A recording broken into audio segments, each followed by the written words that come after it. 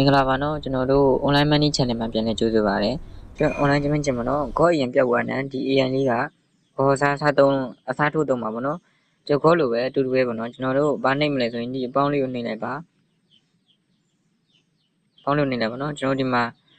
video average ရှိမယ်ကျွန်တော်ဒီမှာ video creator လေးဗောနော်ဒါကတော့ video လုပ်တဲ့ဟာ creator ဒါ image ဒါကတော့ video တင်တာဗောနော် z file နေမှာအမျိုးစုံဗောနော်ဒါတော်တော်များများအရင်သုံးတဲ့လူတွေဆိုသိရပါတော့ကျွန်တော်အဲ့ဒါဆိုရင်ကျွန်တော်က big creator ကိုယူလိုက်မယ်နော်ဟောကျွန်တော် Google နဲ့ကောက်ချိန်ကောက်မယ်ဗျာနော် Google နဲ့ကောက်ချိန်မယ်ဆိုရင်ကျွန်တော်တို့ဒီမှာ Google ကိုနှိပ်လိုက်ပါနော်အကောက်ဖွင့်ပြီးပြီနော်ကျွန်တော်ကောက်ဖွင့်ပြီးရင်ကျွန်တော်တို့ဒီနေရာမှာချက်နှိပ်လိုက်ပါနော်ကျွန်တော်ဒီချက်နှိပ်လိုက်ပြီးရင်ကျွန်တော်တို့ဒီပုံလေးကိုတင်လိုက်ပါနော်ပုံလေးတင်လိုက်ရွေးရပြီးရောယူလိုက်ပုံပြရမယ် 1 plus 1 why does it equal 2တင်ပြရမယ်နော်ဒီခေါ်တော့ကလည်းအဲ့လိုပဲဗောနော်ဒီမှာဗီဒီယိုလို့ရတယ်ဗောနော်ပြီးရင်ဒီနေရာလေးမှာကျုပ်ဒါလေးဗောနော်ဒါလေးကိုနှိပ်လိုက်ဒီဗမာသာရနော်ဗမာသာပြီးတယ်ဒါလေးပါပဲဗောနော်ဒါသူတက်ကနေတရားရေးကျွန်တော်တို့ရေးနေပါပြီအဲ့ဒါလေးပြီးရင်တော့ကျွန်တော်ဗီဒီယိုစကြည့်လို့ရတယ်ဗောနော်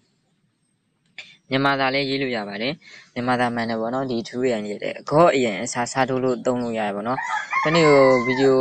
10ပုတ်လောက်ထိထုတ်လို့ရပါတယ်10ပုတ်17ပုတ်လောက်ထိအဲ့လောက်ထိရရတယ်နော်ကျွန်တော်လည်း limit ပြအောင်ဒီတစ်ခါမှမထုတ်ဘူးပါဘူးကျွန်တော်နောက်ဗီဒီယိုမှာ edit နေဗောနော်